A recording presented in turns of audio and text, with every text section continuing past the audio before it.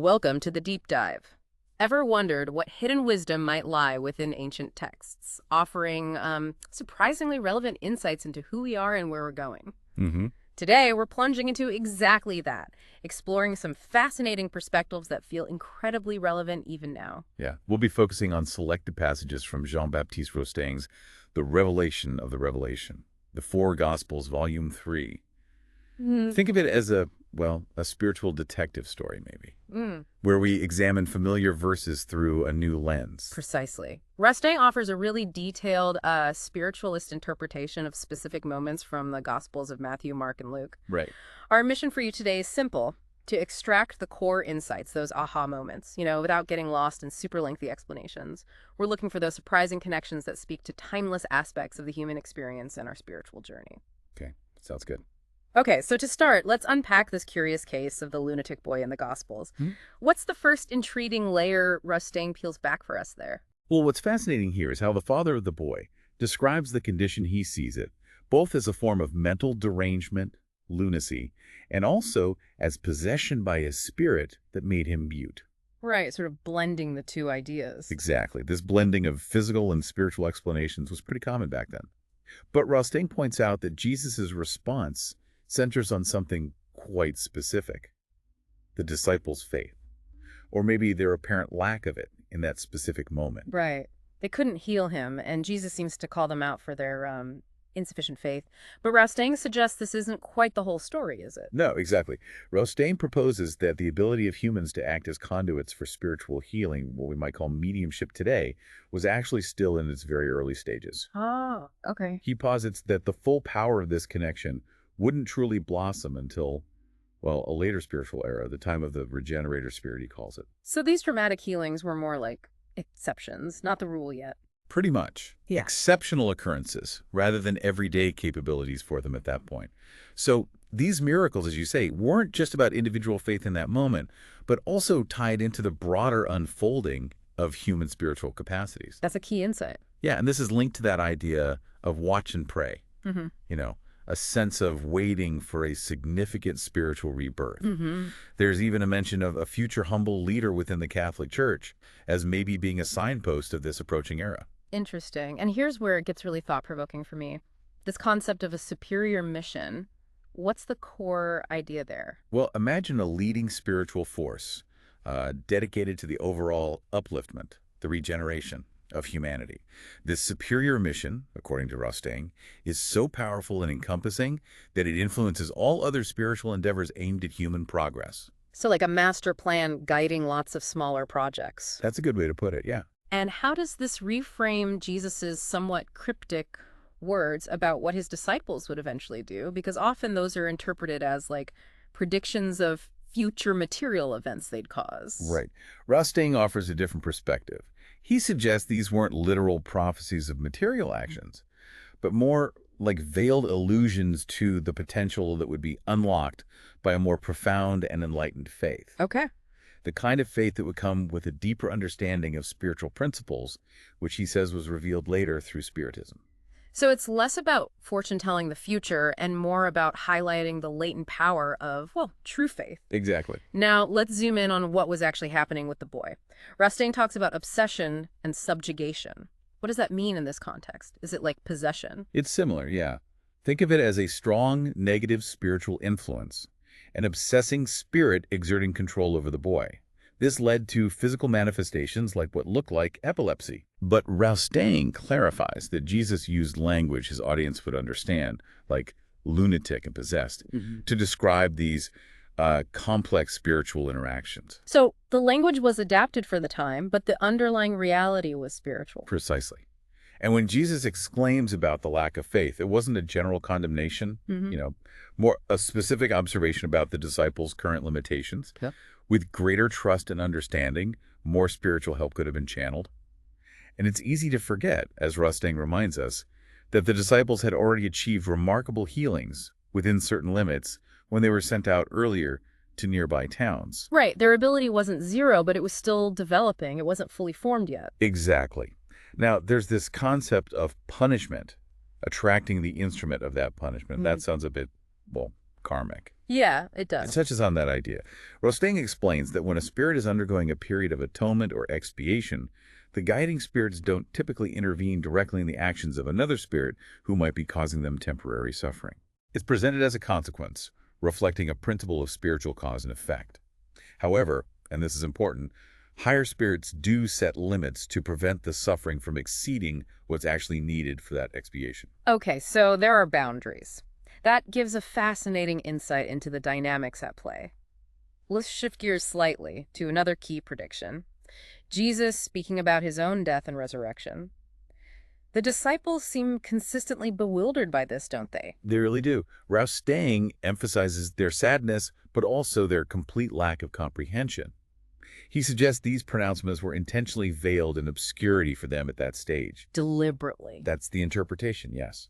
The deeper meaning, he says, was reserved for a future time for the understanding brought by the new revelation, by Spiritism. So the full significance was deliberately held back. Yeah, like a thick veil covered the true spiritual meaning of death, tomb, and resurrection during their immediate earthly mission. Their focus needed to be elsewhere then, and the deeper spiritual truths would be revealed later when humanity was more ready to grasp them. That makes a lot of sense, actually, thinking about it as a gradual unfolding of understanding. Now, Roustaing also delves into the principle of humility and disinterested service in Luke. This feels like a timeless ethical teaching. Oh, absolutely. Luke 17.710 stresses the importance of fulfilling our duties with humility without seeking personal gain, driven instead by love and gratitude towards the Creator. Roustaing highlights the idea that compared to the ultimate source of all we have, God, we are, in a sense, nothing, and the divine has a natural right to expect our service. So it's about recognizing the source of our blessings and acting out of duty rather than entitlement or expecting something back. Precisely. Our motivation should stem from a sense of obligation, an appreciation for God's gifts, and a desire to please Him rather than simply expecting rewards for our actions. It shifts the focus entirely. That's a powerful reminder. Okay, let's turn to the story of the 10 lepers. One returns, a Samaritan, right?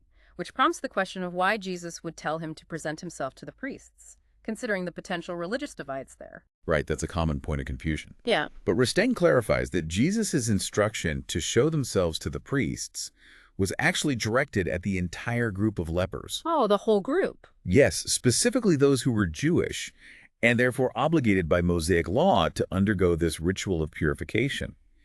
It wasn't a directive aimed only at the Samaritan that would have conflicted with his own religious practices. Ah, okay. So it was context dependent. That clears that up. Yep. So what's the core lesson Roustaing draws from the story then? Well, while all 10 clearly demonstrated faith in being healed, they went off as instructed. Only the Samaritan returned to express heartfelt gratitude. Just the one. Just the one. And Roustaing points out that Jesus, being spiritually perceptive, understood the inner state of each individual.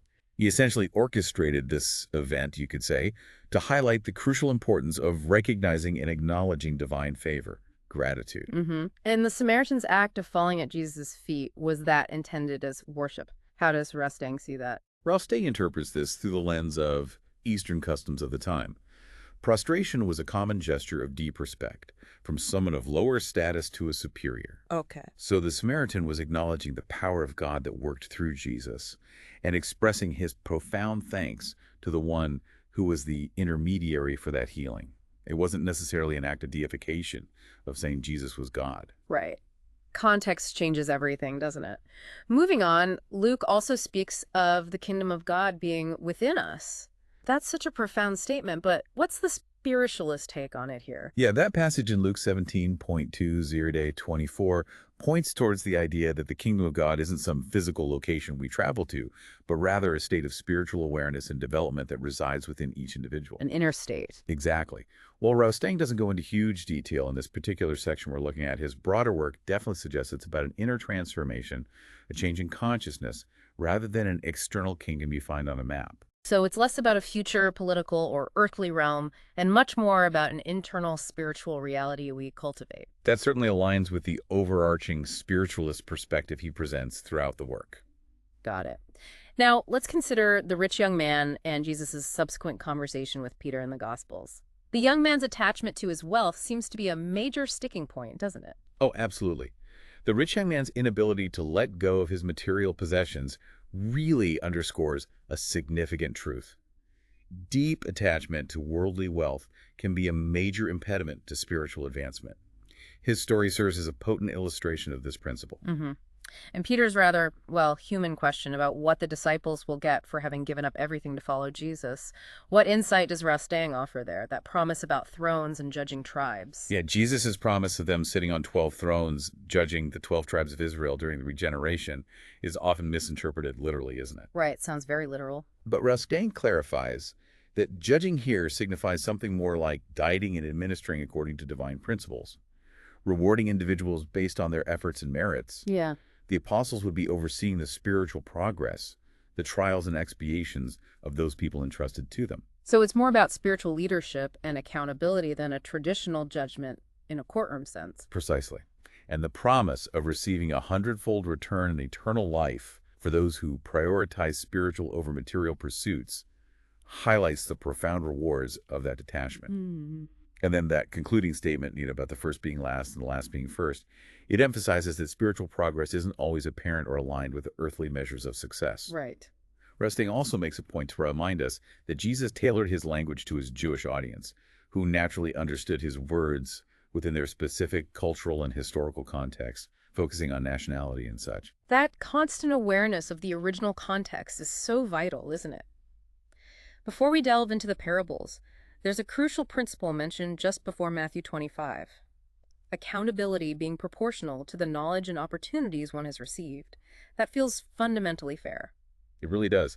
This principle, which sort of sets the stage for understanding the parables that follow, emphasizes that we are each held responsible based on the level of understanding and the resources for growth that have been available to us. It's a nuanced and, well, just approach to spiritual accounting. Definitely. Okay, let's move into the parables then, starting with the wise and foolish virgins. What's the core message Roustaing draws for us here? Vigilance. Vigilance, yes, but in a specific sense. The parable of the wise and foolish virgins, along with that call for vigilance in Luke, speaks allegorically to the need for constant spiritual preparedness. Preparedness for what, though? The second coming. Roustaing interprets the second coming not as a literal physical return of Jesus at that moment, but more as a period of significant spiritual awakening and transformation for humanity or the individual. The wise virgins who brought extra oil symbolize those who actively cultivate their inner understanding, their spiritual fuel, you might say. The oil is like inner spiritual cultivation. That's the essence of the interpretation in this context, yeah. While the foolish ones are caught unprepared because they haven't done that inner work. Okay, now the parable of the talents, or mina, this one really hits home for a lot of people about using what we're given. Exactly. It's powerful. The nobleman's journey to receive a kingdom and his subsequent return represent our own spiritual journey and the eventual accountability we all face. The distribution of talents, or minas, symbolizes the unique opportunities, abilities, resources for spiritual growth that each of us is given in life. They aren't all the same. And the varying degrees of success among the servants, that just underscores the importance of effort and dedication. Right, you get out what you put in, basically. Absolutely. The parable contrasts those who actively used and increased what they were given with the one who just hid his talent out of fear. It highlights that spiritual growth requires active engagement and effort. Stagnation comes from neglecting our potential. And that seemingly harsh principle, to those who have, more will be given, and from those who have not, even what they seem to have will be taken away. How does Roustaing unpack that? It sounds unfair on the surface. It can sound that way, yeah. But Roustaing explains this not as arbitrary favoritism, but as a kind of natural consequence of spiritual dynamism. Those who actively develop their gifts, their talents, naturally attract more opportunities for progress. It's like momentum. Okay. While those who remain inactive, who bury their talent, risk losing even the capacity for growth they had. Their unused potential, in a sense, might be redirected towards environments more conducive to their current, less developed state. And the command to deal with the nobleman's enemies, the ones who didn't want him to rule, that sounds quite severe. How is that understood spiritually? Yes, slay them before me sounds brutal. But this is interpreted symbolically. It represents the spiritual consequences for those who actively resist divine guidance and hinder not only their own progress, but potentially the progress of the collective. Symbolically, okay. While everyone starts at different points, perseverance leads to greater spiritual responsibility. But those who persistently reject growth will eventually find themselves in spiritual environments, maybe other worlds, even that align with their level of development. This is seen as part of the planet's ongoing regeneration process, a kind of sorting out. This reinforces the theme of spiritual evolution and the consequences of our choices, doesn't it? Now, as we approach the end of Jesus' earthly ministry, we have the Last Supper and Judas's betrayal. These are pivotal, really emotionally charged events. Indeed, very heavy moments. Roustaing emphasizes that these are historical events, yes, but they're packed with deep spiritual meaning, and the accounts of the different Gospels complement each other to give a fuller picture. The significance lies not just in the narrative details, the kiss, the arrest, but in the spiritual principles they illustrate. Betrayal, yes, but also sacrifice, foreknowledge, and the unfolding of divine will even through painful events. The moment when the guards fall back, when they come to arrest Jesus, was that just fear or something more, according to Roustaing? Roustaing suggests this was a manifestation of spiritual energy, what he calls a fluidic action. Basically, energy emanating from Jesus and the protective spirits around him, creating a temporary disorientation or repelling force. So like a visible effect of unseen spiritual power. That's the idea. Think of it like how he describes obsessing spirits sometimes throwing a person down. It's an energetic interaction with physical effects. Okay. And the young man who flees naked? That's such a strange detail that often gets overlooked or skipped. It is strange. Roustaing posits that this wasn't just some random bystander caught in the chaos. He suggests it was actually a prearranged event. Yeah, a symbolic lesson enacted by a spirit who had agreed beforehand to take on this role, this embarrassing situation, to illustrate a specific spiritual point through his vulnerability and flight. Wow. It's incredible how every detail seems to potentially carry a deeper significance in this view. Now, Jesus, before the high priest, facing accusations and ultimately affirming his identity, how does Roustaing shed light on this trial? Well, from a historical standpoint, the events are recorded, fairly straightforward. But from a spiritualist perspective, when Jesus refers to himself or accepts the title Son of God, it's interpreted not as a claim of being God the Father himself, but as a recognition of his highly evolved spiritual nature and his unique divine mission. His response, "You say that I am," or "You have said so," to the high priest, connects back, Roustaing says, to his earlier statement about not being seen again until they claim him coming in the name of the Lord. It's all linked. And Pilate. Pilate's mocking use of King of the Jews reveals his complete misunderstanding of Jesus' true spiritual authority. He likely saw him as more mad than politically ambitious. But Roustaing emphasizes that even then, the belief in Jesus' divine nature, however understood, was already taking root among some. And the events surrounding the arrest, Peter's impulsive action against Malchus, the healing, Jesus' words to Judas and Peter, they weren't just isolated incidents in this view. No, they are presented as vivid examples of key spiritual qualities in action. Charity, healing the servant's ear, patience in the face of betrayal and violence, and the powerful but ultimately restrained use of spiritual power, like not calling legions of angels. Jesus' words and actions in these moments offer profound ethical and spiritual lessons. Then comes the agonizing path to the cross. Jesus before Pilate again, the scourging, the crown of thorns, the road to Calvary. It's a truly brutal sequence. It is. And then this part of the narrative really highlights the stark contrast between earthly power, which is temporary and often unjust, and spiritual authority. Yeah. Pilate's questioning, Jesus' dignified responses, the crowd's manipulated choice of Barabbas over Jesus, and the intense physical suffering Jesus endured, all underscore the injustice of the situation and the profound sacrifice being made.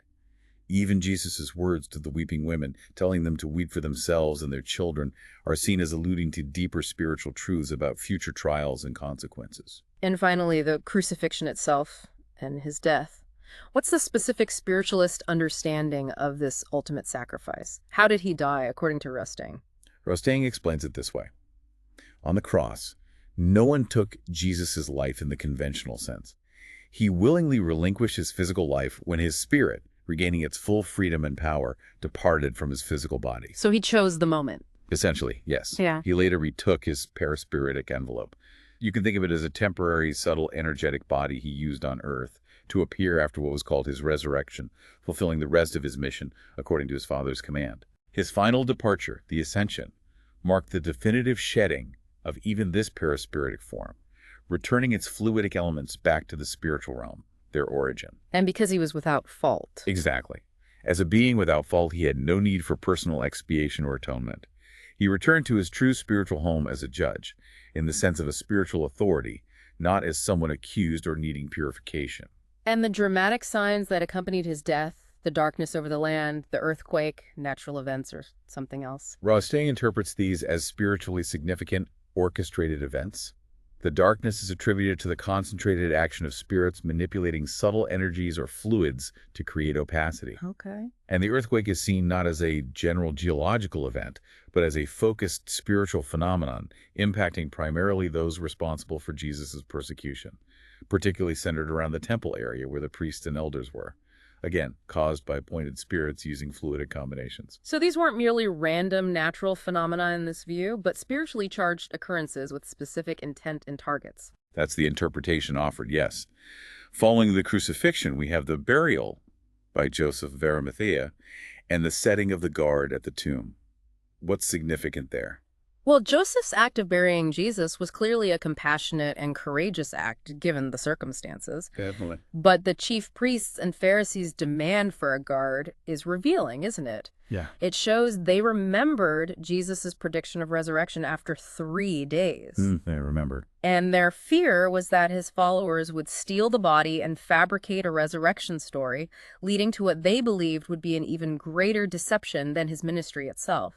Roustaing notes, importantly, that they knew the body was physically in the tomb when they sealed it. Right. Their fear of a staged resurrection is quite telling about their own mindset. And that brings us directly to the resurrection appearances themselves, which are obviously the cornerstone of many beliefs. How does Roustaing explain these phenomena? Well, starting with the tomb. The great earthquake mentioned is described not necessarily as a widespread quake, but as a strong, localized shaking or manifestation produced right at the location of the guards and the women. Okay. Their ignorance of these fluidic effects, as he calls them, led them to attribute it to a normal earthquake. But the interpretation is that this manifestation was intended to fill the guards with awe, reinforcing what seemed like a prodigy or miracle to them, and also to affect the women who came, influencing their perceptions and their later testimonies. So a targeted spiritual event again. And the disappearance of Jesus' body from the sealed tomb. This is explained by the nature of the body Jesus was using at that point, not his original physical body, but that fluidic perispiritic body we mentioned. This kind of body, according to this view, isn't bound by the same physical laws, meaning he could make it intangible, pass through matter, dematerialize, and rematerialize it at will. That's how he could disappear from the sealed tomb. His subsequent appearances to Mary Magdalene, the other women, the disciples on the road to Emmaus, the apostles, were all in this adaptable perispiritic form. So it wasn't a physical body brought back to life in the traditional biological sense. Not according to this interpretation, no. Yeah. Roustaing highlights the disciples' initial disbelief, their skepticism, even after multiple accounts from the women. Jesus' various appearances serve to gradually overcome this very human skepticism. He emphasizes that what seems utterly impossible with a dense physical earthly body was perfectly natural and possible with Jesus' fluidic perispiritic body. He could become visible or invisible, tangible or intangible as needed. Appearing and disappearing, even showing up in locked rooms, that starts to make a different kind of sense in that specific context. Exactly. And his appearance in a different form to the two disciples on the road to Emmaus is another example. Yeah. Their initial failure to recognize him, their long conversation, and then his sudden vanishing right when they do recognize him, it all illustrates the mutable nature of this perispiritic body. Right. His explanation to them on the road about the Christ needing to suffer and enter his glory was still tailored somewhat to their human understanding of his nature at that time. Roustaing suggests that the full, explicit understanding of Jesus' true spiritual nature and origin would be revealed later through the new revelation. Okay. But his increased influence and the sense of his presence and protection after the resurrection were undeniable, leading to the rapid growth of his movement and the spreading of his name. And his appearances to the assembled disciples, where he explicitly shows his hands and feet, even eats with them, what was the specific purpose of those interactions if it wasn't a purely physical body? Those actions were primarily to reassure them, to bridge the gap in their understanding, to prove he wasn't just a ghost or a disembodied spirit, which they feared. Right, they were scared. Exactly. Showing his hands and feet, inviting touch, eating with them. These were ways to demonstrate his continued presence in a form they could relate to ground their experience. He reminded them of the prophecies, opened their minds to understand the scriptures in a new light, and crucially, commissioned them to preach repentance and forgiveness in his name. Roustaing explains that these actions were necessary at that stage to establish the idea that his body was substantial and human-like for their material minds, and also to emphasize the reality of the sacrifice he had made. If he'd only appeared in a purely ethereal, fluidic form, the superstitious disciples might have been terrified, perhaps even thinking they were violating prohibitions against evoking the dead. Meeting them on their level of understanding, that's a really key insight throughout this interpretation, isn't it? It really is. Finally, then, the Great Commission and the Ascension. How does Roustaing conclude this narrative arc? The command to preach the gospel to all creation, and the promise of salvation for believers, and condemnation for non-believers that forms the heart of the Great Commission in Mark. Mm-hmm. And the signs that follow believers. Casting out demons, new languages, handling snakes. These accompanying signs are interpreted spiritually, not always literally.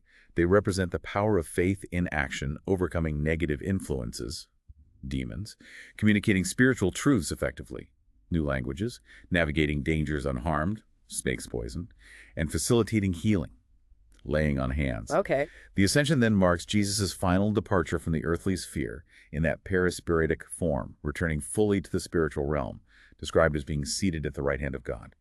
The disciples' subsequent preaching, supported by the Lord working with them, led to the spread of his teachings, confirmed by these accompanying acts. And the concepts of being saved and condemned in this specific context, what does that mean spiritually? According to Roustaing's framework, being saved signifies reaching a point where you no longer need to undergo difficult, painful reincarnations for atonement or expiation. It opens the path to purification and progress in higher spiritual realms or worlds. And condemned. Being condemned isn't eternal damnation, but rather refers to the necessity of undergoing further expiatory reincarnations, often after a period of suffering and reflection in the spirit world, in order to repair past faults and continue progressing spiritually.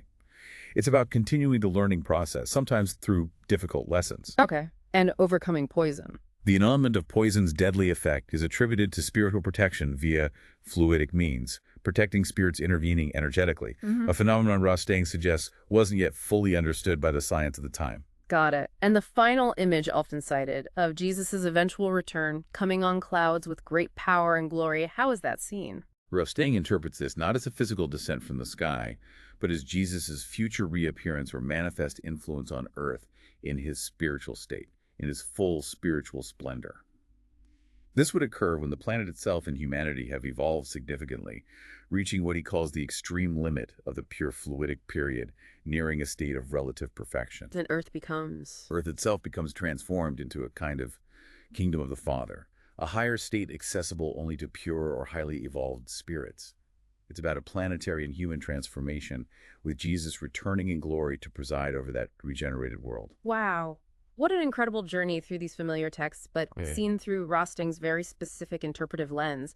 So for you, the listener, just thinking about some key takeaways, we've really explored the power and the development of faith over time.